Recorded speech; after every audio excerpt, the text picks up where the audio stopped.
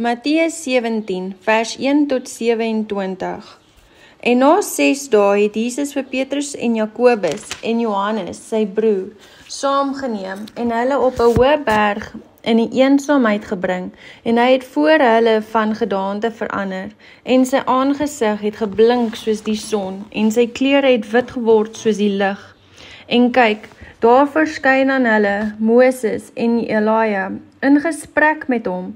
Toe begin Petrus vir Jesus te sê: Here, dit is goed dat ons hier is. As U wil, laat ons hier 3 hutte maak, vir U een, en vir Moses een, en een vir Elia. Terwyl hy nog spreek, oordek 'n helder ligte wolk hulle met eens, en daar sê 'n stem uit die wolk: Dit is my geliefde seun, in wie ek 'n welbehae het, luister na hom. En toe die disippels dit hoor, het hulle op hul aangesig geval en was baie bevrees. En Jesus het nader gekom en hulle aangeraak en gesê: Staan op en moenie vrees nie. Toe slaan hulle hul oë op en sien niemand meer nie, behalwe Jesus alleen.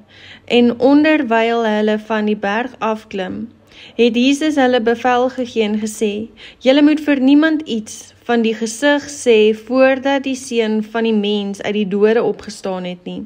En sy disippels vra hom en sê: Waarom sê die skrifgeleerders dan dat Elia eers moet kom? En Jesus antwoord en sê vir hulle: Dis waar, Elia kom eers en sal alles herstel.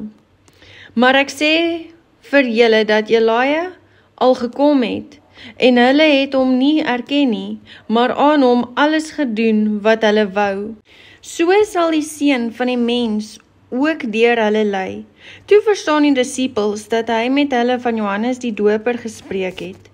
En toe hulle by die skare kom, gaan daar 'n man na hom en val voor hom op die knie en sê: Here, ontferm U oor my seun, want hy is maansiek en ly swaar. Want dikwels val hy in die vuur en dikwels in die water. En ek het hom na U disippels gebring en hulle kon hom nie gesond maak nie. Toe antwoord Jesus en sê: O ongelowige en verdraaide geslag, hoe lank sal ek by julle wees? Hoe lank sal ek julle verdra?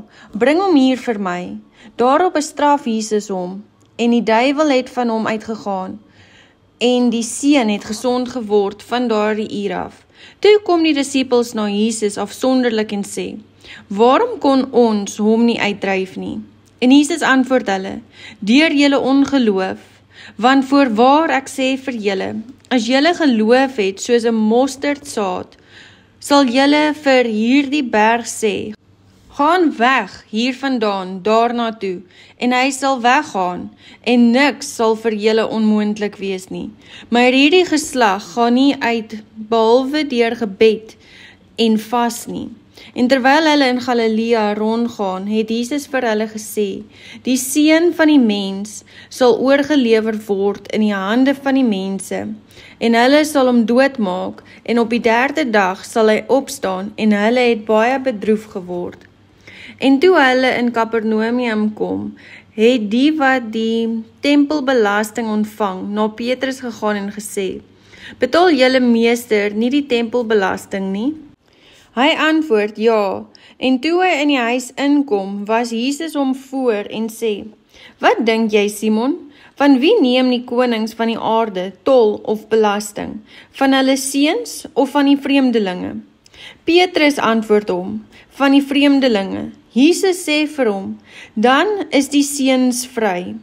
Maar dat ons hulle geen aanstoot mag gee nie, gaan na die see toe, gooi 'n hoek uit en neem die eerste vis wat opkom. En as jy sy bek oopmaak, sal jy 'n stater kry.